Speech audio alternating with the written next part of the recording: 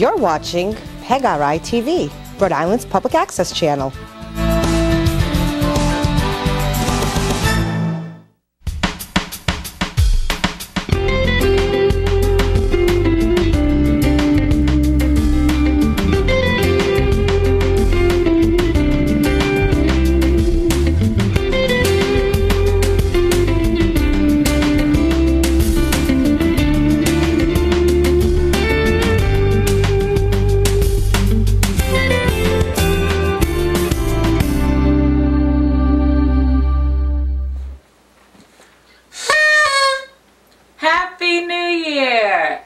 With a new year comes a new look. Why not? Even if it's just for a day or two.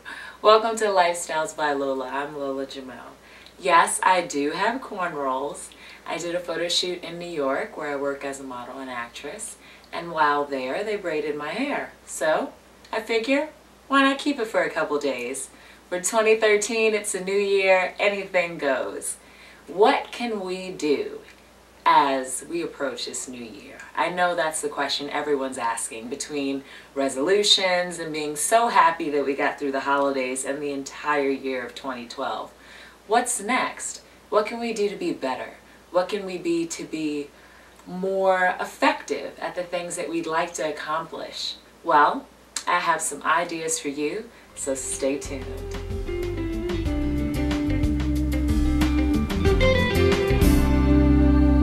2012 is finally here, and what can we do to start the year on the right foot? Give thanks. Being thankful for what you have now is definitely one of the best things you can do to get more in your life for the future. And the more you receive, the more thankful you should be, because we all have more than a lot of people when you really think about it. I like to do what I call journal / gratitude book. A journal is basically where you channel all your thoughts throughout the day and you kind of reflect on things that you want to remember that have happened. But taking that a step further is doing a gratitude journal. Now, there are a lot of different ways you can do a gratitude journal. You can do very simply just a notebook where you write your thoughts throughout the day. But adding the gratitude to it is basically writing not only what happened throughout the day, but what things you're thankful for that you realize are a blessing in your life for that current day. Another way you can incorporate a gratitude journal into your life is by getting a gratitude journal book. They actually sell them at a lot of bookstores, and they're very organized if you want to take a more I guess planned out approach rather than creating a journal on your own. And what's cool is they actually have affirmations at the bottom. This page says, "I'm so grateful that my body is creating perfect health and harmony." So not only are you writing out your thoughts, but you're writing out the things that you're grateful for and starting the year off on a positive foot, realizing that you really do have a lot to be grateful for and thankful. So also, you can do the things that you're grateful for by the day. I have a blank journal here, and this is basically a full page of each day. So if you don't want to do a journal where you're writing out a lot of notes and all of these different thoughts, and you want something that's just kind of simple, you can do something as easy as this. You get a regular calendar, your monthly planner for the year, and each day of the week you write a little something about what happened during the day and what you're thankful for during the day. And trust me, every day there's something to be thankful for.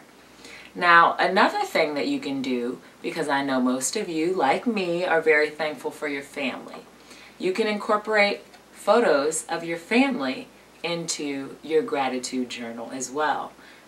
What's nice about doing that is, I have all these little pictures that I cut up with scissors, and sometimes I use them as little place marks.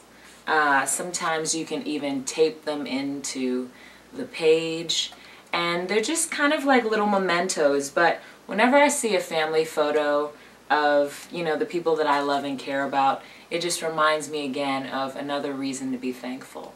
And basically, these are all ways to start off your year on a positive note and to realize the importance of being thankful for what you have, so that when you inherit more, you're all the more grateful. And you have a lot of different options. So either go and get, you know, one that's already done for you, where you just write out your thoughts and what you're thankful for throughout the list, which this one is good because it has the affirmations. Or you can do it daily with an organized calendar. Or if you're a writer, you can do it in a big, you know, notebook, or even a little one that you can travel with you in case you don't want people seeing your personal thoughts. But I think that starting the new year this way, by being grateful and thankful and listing the things that we are thankful for each day, making it a part of our lives, is one of the best New Year's resolutions that you can do. And I think if you try it, you'll agree.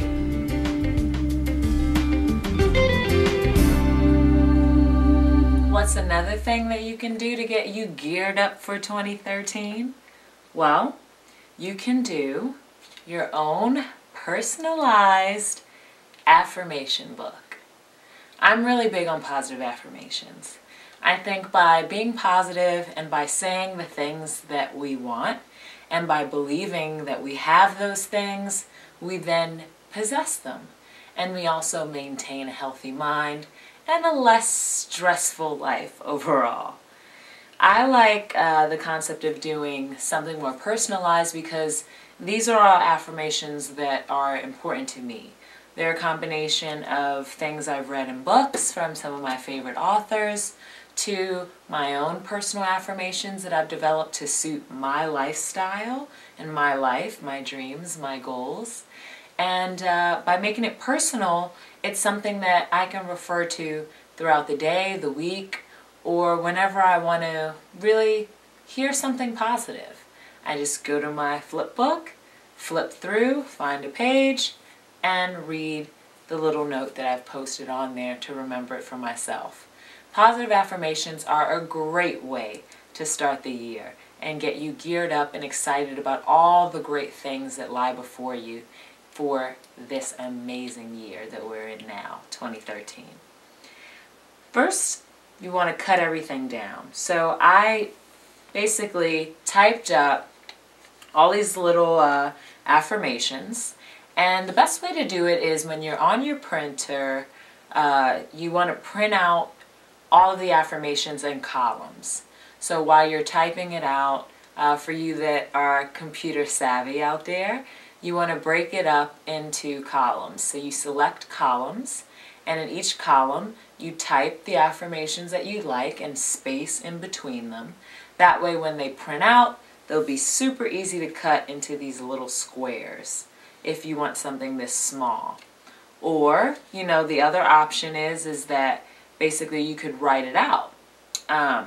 You know, some of the books that I've referred to, I have marks in them and I've highlighted the things that I wanted to focus on, and depending on how much I value that particular book, you can even cut out some of the affirmations or some thoughts and paste them, you know, onto these little cards like this as well, if you don't want to type and print them out individually.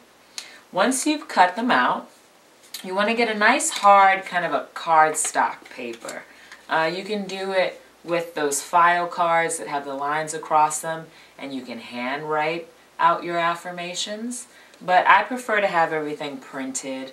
My handwriting isn't very nice, so I like to have things printed out.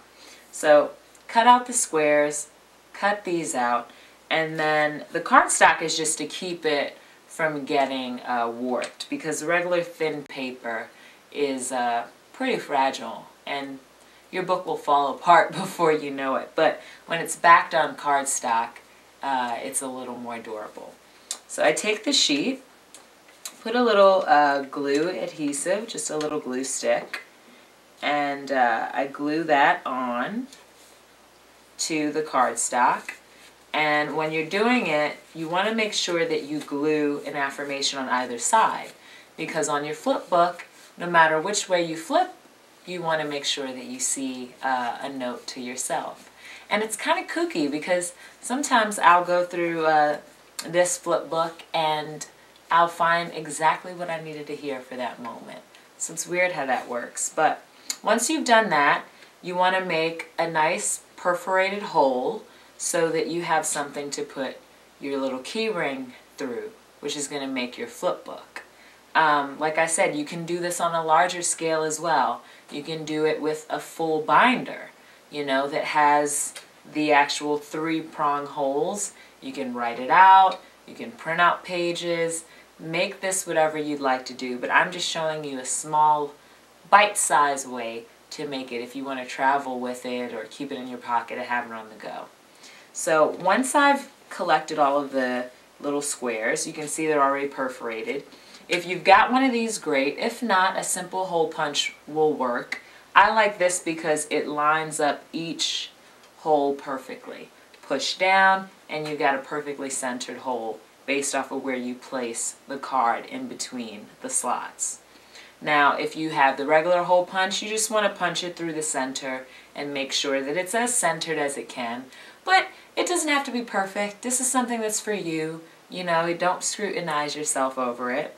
Once you've gotten all your sheets together and you've made all your holes, you just want to compile them into a little book like so.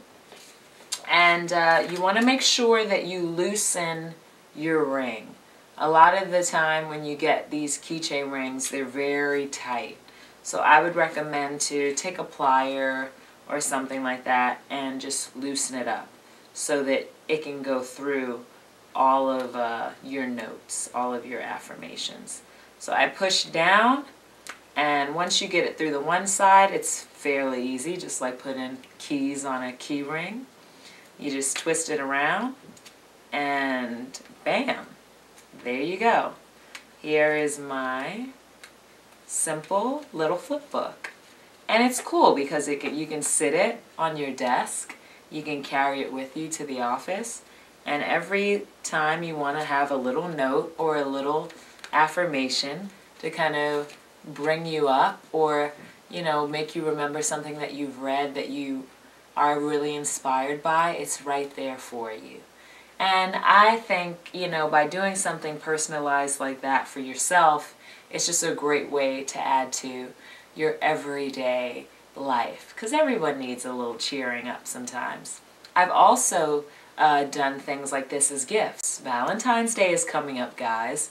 Maybe you want to do a flip book with positive affirmations or even love poems to your current sweetheart. Something to think about. But nevertheless, having these positive affirmations in your life is just another way to add to the new year and making 2013 even better. How can we maintain beautiful, clear skin during this winter season when everything is so cold and the air is so dry? Your skin gets dull, your face isn't as bright as it normally is, and you desperately need to exfoliate. I have a simple, very simple, keyword simple facial that you can do. Lemon juice and olive oil. That's it. Everyone's got lemon juice and olive oil in their fridge, so this is no excuse. I do 1/4 of the lemon juice and 1/4 of the olive oil. Put it in my little pitcher here, or a glass, whatever you'd like. Stir it up really good, because it will, you know, separate, because olive oil separates from everything. Once I've done that, I pour it onto my paper towel very thickly. And this is just one paper towel that I folded up into a square. I take that that's saturated with the lemon juice and the olive oil and just rub it all over my face just once, and the neck and décolleté area as well, and allow it to soak in for 10 minutes. After that, take a warm cloth and rinse it all away. You'll notice your skin is more supple, it's brighter, you can feel and see the difference immediately, trust me. But first, You want to make sure that you don't have any sensitivities to olive oil or lemon juice. So test it on the small of your wrist first, wait about 10 or 15 minutes, and if you don't have a reaction there, your face should be fine. But just doing this simple little facial will help to really add moisture to your skin and brighten your skin, getting rid of the dark little patches that we get or the dryness patches that we get because it's so cold and it's so dry, and also adding moisture and a glow back to our skin from the olive oil. And it takes less than 5 minutes to do. So you can pamper yourself this year, and while you're doing it, it's just a matter of getting the olive oil and the lemon juice right out of your fridge, instead of with most facials where you have to go buy cucumbers or avocados or something. This is something simple and easy that you must do to get that beautiful bright skin that you miss during this winter season.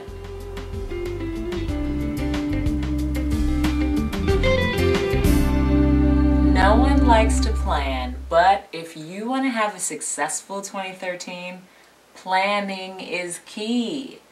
So, what are some ways that we can plan out every day, each week, each month, throughout this year? You've got your tablet, you've got your old-fashioned day planner, and you've got my personal favorite, your family calendar. Basically, it's easier than you think. It's as simple as just writing it down. And the good thing about planning it on your, pad or your Kindle or whatever you've got is that you can actually set alarms. You can also use your phone the same way and plan things.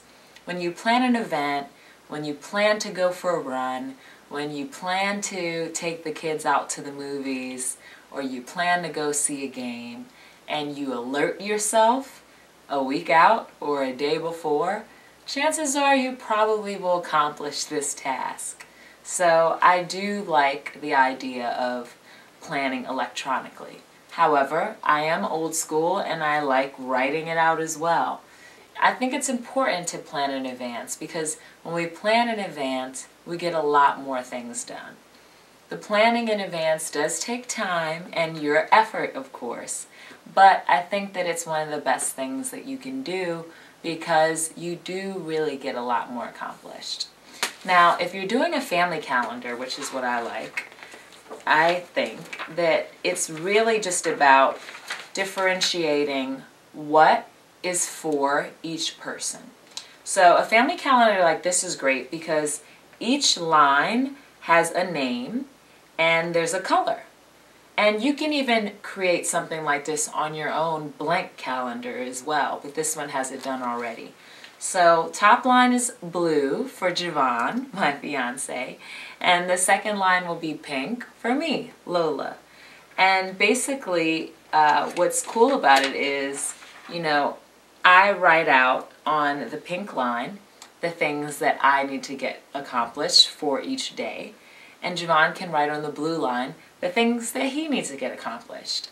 And you put this in a visible place, not, back in your office on a corner of a wall behind a closet door.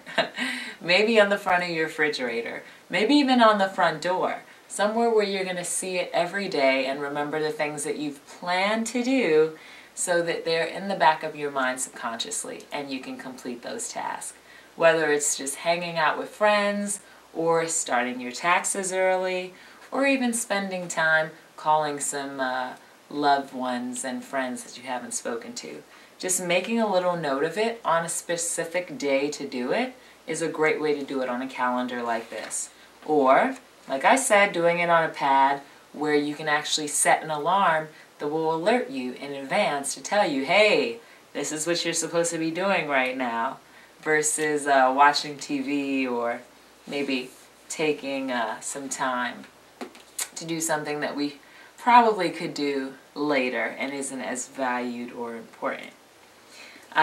Day planners where you write it out are great too.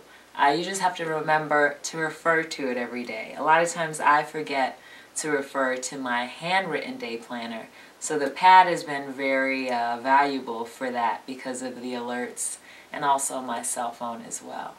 But just by doing these simple little things, you can be so much more organized by just setting a day to do everything. Setting a day to clean, setting a day to go for a run, setting a day to spend time with family. Planning is really important if you want to have a great 2013. And as we discussed, here is my calendar right by the door where you can see it, leaving and entering, as well as a little picture of affirmations that my fiance actually made. This idea came from an actual graphics art painting that we saw that had all these great quotes, but was huge and way too big as far as scale to put into our home. So my fiance came up with the idea of making all of the little words here and framing them in a picture frame. So you still get the magnitude of all of the phrases. You can even customize it and add some of your own. And by having it by the door, there's the remembrance of always seeing it every day and every night when you're coming home. We've got some really great ones on here, like laugh out loud every day and count the smiles often, as well as fall in love and love with your heart. Make yours as personal as you can as well, and do something like this if you'd like, instead of making a book, and still have your affirmations close to you and in a place where you can see them all the time, as well as your calendar, which ours is nice and blank and ready for all of the events that we're going to be planning for the month of January. I think one of the main things that you can do is 5 little things, just 5 little things this year to really make a difference. Number 1, reconnect with old friends. How many of us throughout the year don't keep in touch with old friends from college, friends from our old neighborhoods if we might have moved, family, just different people that we wish that we kept in touch with and we feel guilty about it? Well, how hard is it to reconnect with one new person every month? Just one person that you haven't spoken to that's crossed your mind that you want to reconnect with. Just try it and see how effective it is and how happy they are to hear your voice, even if it's only once a month. Plan another fun thing to do. So once a month, I like to plan an outgoing event, something that's fun, something that's exciting, something that's out of the norm. This month, I'll probably be trying to either go hiking or ice skating because I didn't get to go for the Christmas season. What would you like to do? Maybe you'd like to go see a show, or maybe you'd like to travel to another state for the weekend. Think of something that's exciting that you can look forward to once a month and get out of the house and do it. And if you want to stay in the house, I'm always up for a family game night. Family game night is a great way to get your entire family together and invite over friends as well. But just do something different each time. Just by making one little change once a month, it will add so much value to your life. Another thing that I think is definitely, important on my list is to meditate once a week and relax your mind. I like to meditate normally on the end of the week, usually Fridays. If not, I try to on Saturday or Sunday. It really allows me to collect all my thoughts of everything that's happened throughout the week and really relax my mind and prepare myself for Monday morning when all the work begins again. I think meditation is a great way to reduce stress and to also allow us to realize and recap all the things that we've gone through throughout the week, and maybe even think about some things that we want to work on for the following week. So meditation is definitely a strong number 3 for me. Number 4, no one wants to talk about it, but tax season is coming up. So creating a financial chart. I think creating a financial chart now makes it so much easier in April to do your taxes because half of the work is already done. Make a simple Excel spreadsheet. You know, list all of your things that you've been purchasing.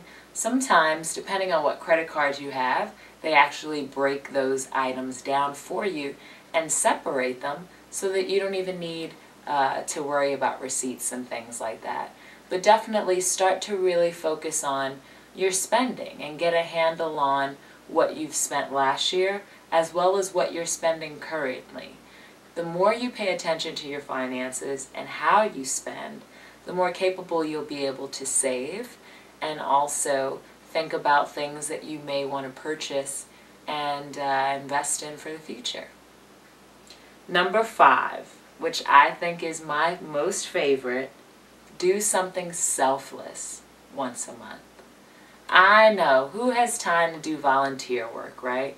But once a month, that doesn't take away from anything. Just one day, even if it's a couple hours, do something that's not about you, that's about giving back to someone else. Habitat for Humanity is a great way to do it. There are other organizations where you can help build homes, or you could go to your local soup kitchen, or there's just so many different ways that you can give back to your local community, whether you're working through your church or any of the local organizations.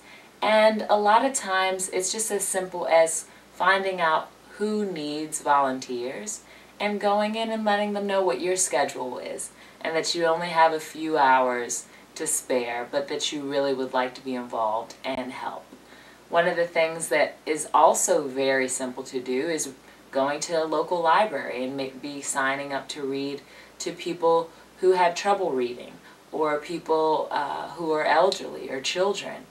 These small little things of doing something selfless will make you feel so good, and you'll realize the importance that we all have in giving back to our community and to society. And with that said, I hope that you enjoyed all of our tips today on how to get you ready for 2013. And as always, live life.